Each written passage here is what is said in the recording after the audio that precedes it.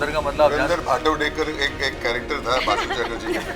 अच्छा, बट धुरंधर का मतलब पता है? बट धुरंधर का मतलब पता है? दिग्गज। दिग्गज। पारसी को समझते क्या हो? पारसी को समझते क्या हो? पारसी को समझते क्या हो? मैं तंग आ गया, मैं गिर गया। दोस्त थोड़ा अलग किस्म के होते हैं। दोस्त तो ऐसे होते हैं, अभी मेरे मुंह पे छींक रहे हैं। सफर का नया सिलसिला बनाना है, अब दूर तलक, आसमान तक नया रास्ता बनाना है। कुछ परिंदों को तो बस 2-4 दाने ही चाहिए, कुछ को मगर आसमानों के खजाने चाहिए। ऐसे ही कुछ धुरंधर इस वक्त हमारे बीच मौजूद है, जो अपने आप में खजाना है, अपनी प्रतिभा का, अपने हुनर का। इस वक्त वो एक नई ऊंचाई पर है। जी हाँ, हमारे साथ इस वक्त मौजूद है अनुपम खेर, बमन ईरानी, सूरज बरजातिया और नताशा। बहुत बहुत स्वागत है आप सबका TV9 में। वाह, क्या बात है, अच्छा बोलती हैं आप।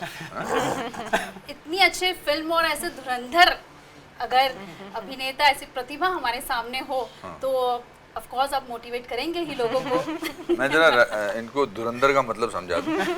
धुरंधर का मतलब धुरंधर भाटवडेकर एक कैरेक्टर था बासु चैटर्जी का। अच्छा, बट धुरंधर का मतलब पता है? सब समझते। दिग्गज। दिग्गज। मुझे पारसी को समझते क्या हो? एक ऐसी ऊंचाई पर पहुंच गए हैं आप लोग, कितनी गहराई है इस ऊंचाई के रिश्ते में? बहुत गहराई है। जितना ये ऊंचा ऊपर की तरफ है, उतना ही नीचे ज़मीन पर भी है। और दोनों का जो है श्रेय, दोनों चीज़ों का श्रेय वो जो हमारे लेफ्ट में बैठे हैं उनको जाता है। इस कहानी के बारे में सोचना, क्योंकि आई थिंक वो अपनी ज़िंदगी में भी ऐसा महसूस कर रहे हैं कि मुझे कुछ नया करके दिखाना है, या नया अपने लिए करना है, किसी के लिए नहीं करना है, खुद को।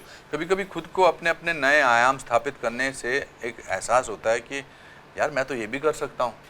जैसे मुझे अंग्रेज़ी अभी भी उतनी अच्छी नहीं आती, पर मैंने जब अंग्रेज़ी फिल्म में पहली बार काम किया था सूरज जी, बेंडिट लाइक बेकम में, मुझे लगा मैंने कुछ कमाल कर दिया। क्योंकि मैं हिंदी में सोचता हूँ, मैं पहले हिंदी में ट्रांसलेट करता हूँ इंग्लिश में, फिर इंग्लिश में उसको रिहर्सल करता हूँ, मतलब इट्स बिकम ए प्रैक्टिस। तो हर चीज़ में लगता है। और ये फिल्म तो दोनों लेवल पर, as person as an actor, हमारे लिए अचीवमेंट रही है। जी बिल्कुल। आप लोगों की दोस्ती में भी गहराई है पहले से, और इस फिल्म के बाद किस लेवल तक पहुंची ये गहराई? इस मैं तंग आ गया, मैं गिर गया है इनकी ऊंचाई से और इनकी गहराई से, दोनों से। सॉरी। काफी नोक झोंक, मीठे जो है कॉन्वर्सेशंस आप लोग शेयर करते हैं। एक्चुअली आप मानेंगे नहीं, लेकिन हम लोग बहुत एंजॉय किए इस फिल्म में। लेकिन शाम को जब पैकअप होता था, हम लोग जाके ऐसे बैठते, ऐसे लगता था कि हिमालय को छू सकते हैं। ऐसे हमारे फोटोग्राफ्स भी है, हम दिखाएंगे आपको। You feel you can touch the Himalaya, you feel small and you feel humbled and you feel that कोई मकसद है जो हमें सबको एक साथ यहाँ पे लेके आए, जहाँ पे एक स्पिरिचुअल एक फीलिंग मिले। कहानी की जो थीम्स है उसके साथ जुड़े हुए, फ्रेंडशिप की थीम्स, गुडनेस, काइंडनेस और सैक्रिफाइस की थीम, बैठ के हम लोग बातें करते थे। इतनी एक्साइटिंग बातें नहीं करते, we just want talk about as a human beings, what we are, what our journeys are, कहाँ जाएंगे, क्या सोचेंगे, क्या सोच है हमारी। कोई भी एक कैरेक्टर जो होता है ना, उसको जिंदगी में कुछ ना कुछ चाहिए, उसका वांट होता है। लेकिन पिक्चर के अंत में वो वांट इतना इम्पोर्टेंट नहीं होता, उसका नीड ज़्यादा इम्पोर्टेंट होता है।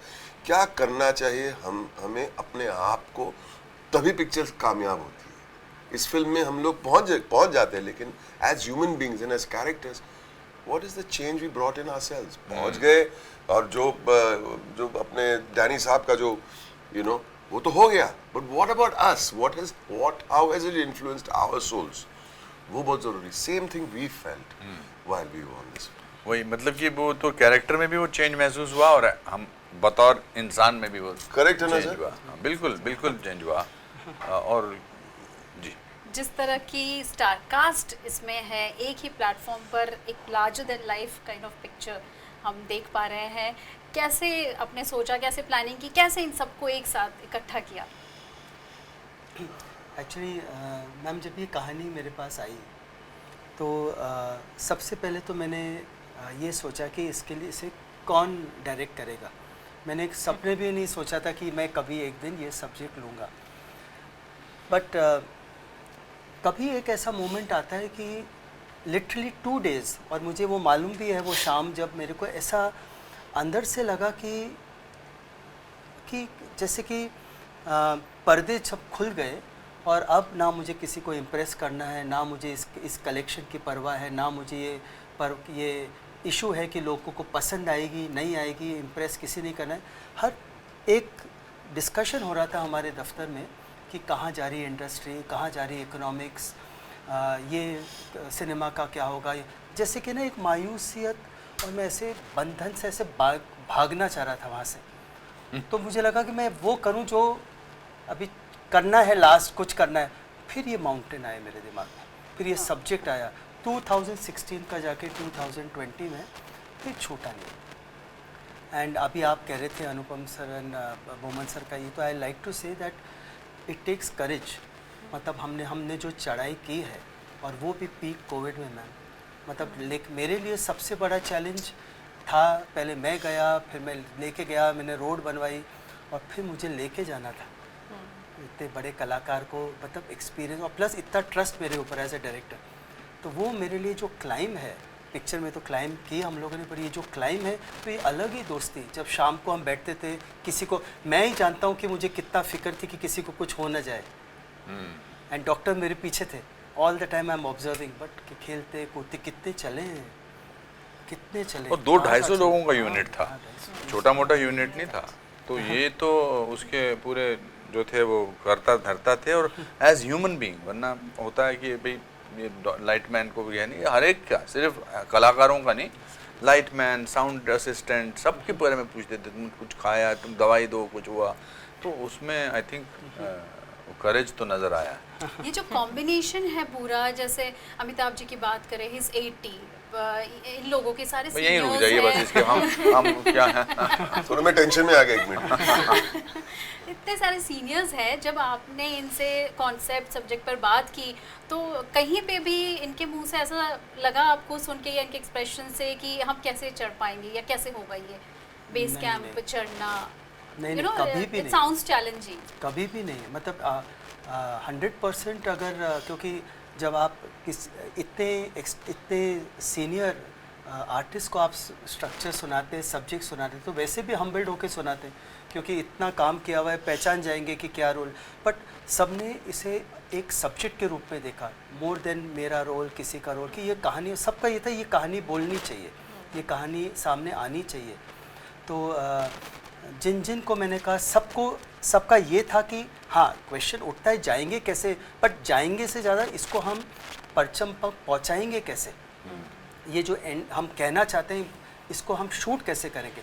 किसी ने ये नहीं कहा कि कैसे जाएंगे, कुछ हो जाएगा, बीमार पड़ जाएंगे, कभी भी नहीं। मतलब इट्स देयर ग्रेटनेस कि जस्टिस कैसे करेंगे, these used to be the words. मैं तो ये कहूँगा कि इनके जहन में ये आया कि हम ये कर सकते हैं, वो उपलब्धि थी। मतलब ये अगर सोचे कि भाई मैं बमन को लेकर या अनुपम को लेकर ये फिल्म बनाना चाहता हूँ, तो that means he has trust in our capabilities, both as performers and as also climbers also. तो आई थिंक उसमें तो शक की गुंजाइश ही कोई नहीं थी। एंड बोमन सर हमेशा बोलते हैं कि हम लोग actors, we are like bank में काम करने वाले, जॉब कर रहे हैं। तो लिटरली जॉब किसे कहते हैं आप देखिए सर, मैं जहाँ लेके गया, इतने छोटे छोटे रूम, प्लम्बिंग का कोई ठिकाना नहीं, बट सब, that is what I think. इसका एक अलग खुद का चार्म है, इसीलिए आपने सलमान को भी मना कर दिया इसमें एंट्री देने से। वो तो अलग वजह थी। उन्होंने सब्जेक्ट सुना, जैसे सुना तो हंसे, बोले ये कहाँ जा रहे हो? मैंने कहा ये तो अभी मुझे बनाना है। ऑफ कोर्स फिर वो बोले कि मैं चलता हूँ साथ में, वो भी मजाक कर रहे थे। तो मैंने भी कहा कि आप चलो तो ठीक है, बट वो सलमान खान जो इमेज है, वो तो पर्वत उठा लेंगे ऐसे ही एवरेस्ट पर। बट जो मेरे पास एक्टर्स, जो मेरे चॉइसेस थे, वो ऐसे वर्सेटाइल आर्टिस्ट थे कि आप चढ़ा भी दो, उठवाला भी दो, एंड तकलीफ में भी ला दो, बिकॉज दिस इज कुछ भी विदाउट इमेज। आप बोले कौन सी इमेज है? आज बैठे हैं बोमन सर, नो इमेज, आप जहाँ ढाल लो वहाँ ढलते हैं। नताशा, ये पहली ही फिल्म और इस तरह की एक फिल्म, इस तरह का सब्जेक्ट जिसका टीजर ट्रेलर देख के ही लोग इमोशनल हो रहे हैं, गाने बहुत सुन रहे हैं, किटी को बहुत सुन रहे हैं, इनफैक्ट उसका स्टेप्स भी कर रहे हैं वो ग्लास हाथ में लेके, लोग ट्राई कर रहे हैं घर पे, मैंने खुद भी देखा है सोशल try मीडिया पे। हाँ, मैंने सोचा था मैं आप लोगों के साथ ही ट्राई करूँगी। सोशल मीडिया पे जिस तरह का फैंस का और सबका रिस्पॉन्स है, how do you feel about this? आपको कैसा फीडबैक मिल रहा है? तो आई एम ऑब्वियसली मैं तो बहुत ही एक्साइटेड हूँ कि ये मेरी पहली पिक्चर ऐसे डायरेक्टर, ऐसे कास्ट के साथ हो रही है। लेकिन जब मैंने स्टोरी पहले टाइम ये सुनी थी तभी मुझे कन्विक्शन था कि ये स्टोरी बनानी ही है, क्योंकि like we're describing, right, behind the scenes, how each person has overcome challenges and they never question the challenge. They said that we are going to rise to the challenge, we are going to push ourselves to do something greater because we're together, right? Individually this might not have happened, but because we're together we're going to do something more than what's possible individually. ये तो message of the film है. So I think this is why I really wanted to support this film, because this is an evergreen message. It doesn't matter how old you are, it doesn't matter what part of the world you are. ये film you will watch, you will rewatch. Trailer भी people are rewatching. Exactly, वही मैंने people कहा are आपसे, replaying, काफी बार-बार you know, देख रहे हैं। and people are already laughing, they're already crying, and I think that's the point of a film, right? It has to make you feel something. So I think that we've always thought that from the start, that this is something, that just has to be made. It's not about and I should not say this as a producer, but it's not just about the numbers. Right, emotions है इसमें जो normally Rajshree की movies में रहते हैं, emotions, culture, tradition, family. इसमें एक बात इस बार मिसिंग है जो राजश्री की मूवीज में हमेशा देखने मिलती है, साड़ी। हाँ, कुछ देर पहले ही मेरी नीना जी और सारिका जी से बात हुई। केटिको में उन्होंने पहना कि नहीं? घूंघट घूंघट निकाल। बिल्कुल, हाँ, तो वो मैंने खामी आपने पूरी कर दी। ये yesterday till somebody pointed out, I also realized कि इसमें किसी ने साड़ी पहनी ही नहीं। सच्ची कमाल है, वाह। इसलिए मुझे नीना जी ने कहा कि इसलिए प्रमोशंस, हर प्रमोशन में मैं साड़ी पहन रही हूँ। सो वो कमी उन्होंने पूरी कर दी है। तो अमित जी के साथ आपने इसके पहले भी बहुत सारी फिल्में की है, कितना चेंज आया है, कितना बदलाव आया है, क्या फर्क आया इतने सालों में? उनके डिसिप्लिन में, उनके प्रोफेशनलिज्म में, उनकी स्फूर्ति में कोई चेंज नहीं आया। आज से 31 साल पहले मैंने शायद आखिरी रास्ता की थी, वैसे ही हैं और बिल्कुल प्रेरणात्मक है उनके साथ काम करना। उनके साथ काम करने से इस फिल्म को एक डिग्निटी मिली है।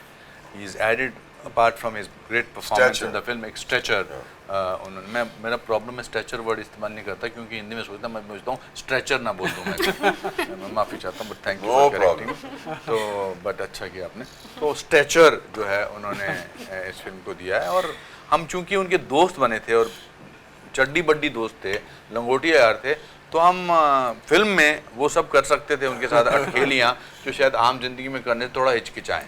तो उनके साथ करते थे, तू क्या सोच रहा है, तू क्या हटना पीछे था, तो ये कहाँ करने को मिलता है। तो दैट वाज प्रॉब्लम ये था कि सूरज जी भी नाम भी अमित ही दिया। हाँ, वो अगर कुछ धुरंधर नाम दे दे तो मजा आता है, अमित ऐसे, तो उसमें थोड़ा डर भी लगता है बोलने, लेकिन we are actors, we have to be honest. तो एक्चुअली सेट पर आप लोगों ने कितनी मस्ती की दोस्ती को लेकर, क्योंकि ऑफ कैमरा तो आप लोग एंजॉय करते हैं, आप एक अलग रिलेशन शेयर करते हैं as a team, as friends, as family, लेकिन सेट पर कितना आप लोगों ने आई थिंक वही करना था जो सर ने लिखा था, बिकॉज थोड़ा काम भी करने गए थे ना। तो आई थिंक वो that was a professional part of it कि अपना अपना रोल करना है। इन्होंने अपना रोल, जावेद का रोल करना है, मुझे श्रीवास्तव, ओम श्रीवास्तव का रोल करना है, उनको अमित का, ओम श्रीवास्तव नहीं, ओम शर्मा का रोल करना है। तो आई थिंक बट उसके अलावा हम डमशार्ट्स खेलते थे, अंताक्षरी खेलते थे, वर्ड बिल्डिंग खेलते थे, गाना गाते थे, चिल्लाते थे, मस्ती करते थे, और ज्यादातर नेक्स्ट मील का प्लानिंग करते थे। बट ऑनेस्टली हर एक जो मेरे साथ काम करे, सबका अपना अलग अलग स्टाइल है। जैसे ऐसे मैं बोल रहा हूँ, अनुपम सर सेट पे आएंगे तो हर टेक्नीशियन से, मैंने कई बार ऐसा हुआ है, अभी मैं वेट कर रहा हूँ, sir ready, will do like this, Manoj से मिलेंगे, डीओपी से मिलेंगे, सबसे मिलेंगे, पहले मैं मिल के आता हूँ। मोहम्मद सर आते, जैसे आते सबसे चलो काम करो काम करो, उनसे बोलो क्या बोलो तो बोलेंगे हलवा पूरी। मतलब बैक का इतना सिवियर पेन, डांस स्टेप करना है केटी को, मैं बोला हलवा पूरी। And on the other hand Bachchan sir will come straight आप वैनिटी वैन में भेज तो एकदम तसल्ली से सुनेंगे, बात करेंगे, मेकअप के पास सेट पे ही, so he gets the discipline like that. तो I think every actor is helping the unit. सबसे पहले आई थिंक जो आप मुझे क्या करते थे सेट पे, they help the unit get ready for the work in their own spaces. अच्छा, इसमें जो सब्जेक्ट है जिस तरह का, दोस्तों को लेकर इमोशंस है, एक बॉन्डिंग है, रियल लाइफ से आप किस तरह से कनेक्ट करते हैं? ऐसा हुआ है या ऐसी कोई प्लानिंग है? दोस्त तो ऐसे ही होते हैं, दोस्त थोड़ा अलग किस्म के होते हैं। दोस्त तो ऐसे ही होते हैं, अभी मेरे मुंह पे छींक रहे हैं ये। ऐसे आई मिस्ड, सॉरी। तो दोस्ती में तो दोस्ती, वो दोस्ती क्या जिसमें सोचना पड़े कि ये कर सकता हूँ कि नहीं, वो दोस्ती नहीं होती है। वो तो we had a great time and हमारी दोस्ती और गहरी हुई है, और अभी हम एक दूसरे को शाबाशी देते हैं, एक दूसरे को बोलते हैं कि नहीं ये बेटर हो सकता है, ये वाला शॉट बेटर हो सकता था।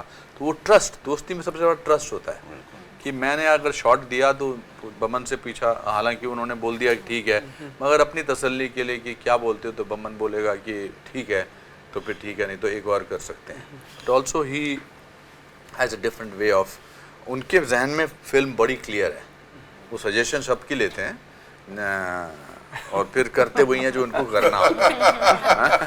Captain of the ship. तो वो but that's the brilliance that he has. But Everest base camp में शूट करना ऑड वेदर कंडीशंस में कितना चैलेंजिंग रहा? आप लोगों को खास ऐसा लगता है कि हाँ ये एक बहुत बड़ी उपलब्धि रही, अचीवमेंट रहा ऐसी कंडीशंस में और इस तरह के इट वाज उपलब्धि। बहुत ठंड थी, बहुत बुरी हालत थी, बहुत ही बुरी हालत थी, मगर मज़ा आ रहा था बिकॉज हमें लग रहा था कि हम कुछ कर रहे हैं। मैं हमेशा फ्लैश फॉरवर्ड में देखता हूँ लाइफ को। मैं सोचता हूँ कि आज से 5 साल बाद जब लोग ये फिल्म देखेंगे, अभी ट्रेलर पे मैं देखता हूँ पहाड़ पे चढ़ते हुए पहला शॉट आता है, मैं कहता हूँ कि हमने किया कैसे ये, सीरियस ये कैसे किया हमने, मैं वो हेलीकॉप्टर में कैसे जा रहा था, या मैं वो बाजार की सीढ़ियाँ, वो कौन सी जगह थी जहाँ पर हम खत्म ही नहीं हो रही थी सीढ़ियाँ, नामचे बाजार, कुछ ऐसे चढ़ के वो 700 सीढ़ियाँ ऐसे सीढ़ियाँ बाजार में जाने के लिए तो बहुत है। और मैंने डोली रखी, नाराज हो गई, डोली क्यों डोली रखी? नहीं जब आप थक जाओगे तो डोली में चढ़ा के ले जाएंगे। एक बार भी डोली ऐसे सवाल ही खाली आता खाली रहता है। चाहिए। डोली का भी एक बहुत कमाल का किस्सा है, मतलब डोली नहीं चाहिए, but I will keep him, मतलब उसकी रोजी रोटी पे कोई नहीं होनी चाहिए। I will keep him if you don't want to use. बस अब आज के बाद सारे सवाल खत्म, क्योंकि पिछली बार मुझे नजर आ रही है हमारी अनुषा बार ऐसे कर रही है और मुझे चक्कर आ रहे हैं। बेसिकली वो कह रही है रैप करो और मुझे थोड़ा ऐसे करके चक्कर आ रहे हैं। एक लास्ट सवाल आपका, जब ये ट्रेलर वगैरह आपकी माता जी ने देखा, दुलारी जी ने, तो उनका क्या रिएक्शन था? क्या वो भी इमोशनल हो गई? उनको बच्चन साहब बहुत पसंद है और उनको सूरज बहुत पसंद है। मतलब स्पेशली हम तो पसंद हैं ही, बट हम बच्चे हैं। तो वो कहती हाँ ये तो पिक्चर मुझे कब दिखाएगा। मैंने कहा पहले मैं दिखाना चाह रहा था कि जब हम देख रहे थे, नहीं मैं इसके स्पेशल स्क्रीनिंग पे आऊँगी, और उनको बहुत अच्छी लगी। और उनको वो गाना जो एंड में है ना, ये जीवन है, वो उनको बहुत पसंद आया है। और फिर बोली तो चढ़ कैसे गए, जैसे कल उन्होंने हमारा वो KBC पे प्रोमो आने शुरू हुए हैं, उसमें एक शॉट है जिसमें हम थोड़ा सा, हमारी आंखों में थोड़े आंसू हैं, तो आज सुबह फ़ोन किया, रो क्यों रहे थे? तो मैंने कहा नहीं वो आप देखेंगे तो पता लगेगा आपको। मेरे मुँह पे चीखा इसलिए। चलिए, और भी बहुत सारी बातें करनी है पर समय कम है हमारे पास, फिर हम मिलेंगे। लेकिन ढेरों शुभकामनाएं TV9 की तरफ से इस मूवी के लिए, और इस और भी बड़ी ऊंचाई तक जाए, इसके लिए बहुत सारी शुभकामनाएं। Thanks very much. Thank you so much. धन्यवाद। Thank you.